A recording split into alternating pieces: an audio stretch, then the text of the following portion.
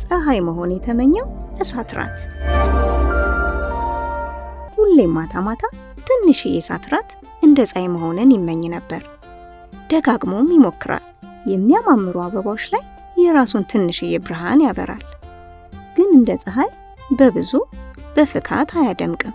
በዚህም ቅር ይለው ነበር። ማታ ማታ ብቅ የሚሉትን ከዋክብት እንዴት ፀሐይ መሆን እንደሚቻል ይጠይቃቸዋል። ፀሐይን በቅርብ ለማየት ትልቅ ተራራ ላይ ይወጣል። እሷን መሆን የሚመኘው በጣም ስለሚወዳት ነው። ግን እሱ ትንሽዬ ነፍሳት ነው። በምሽት የሚያበራ ትንሽዬ ቢሆንም ልቡ ትልቅ ይመኛል። አንድ ቀን ምሽት የጥንቸል ልጅ ወደ ቤቱ መሄጃ መንገድ ጠፍቶበት ሲጨነቅ አገኘው። ጨልሞ ስለነበር የቤቱን መንገድ እንዳጣው እሳት ራት ተረዳ። የራሱን ብርሃን እያበራለት መንገዱን መራው።